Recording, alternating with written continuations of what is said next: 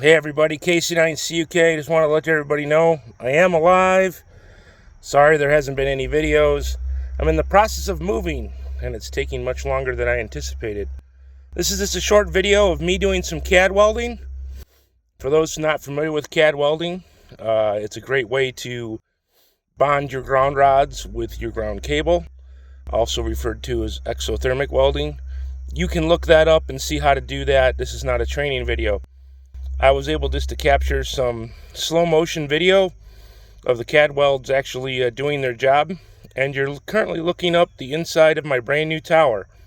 So enjoy the video. Hopefully you get something out of it. I thought it was really neat looking. I've never seen CAD weld done in slow motion, so I hope you enjoy it, and more videos to come. Contact.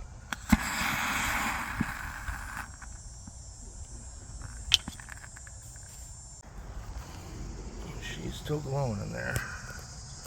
That's molten copper.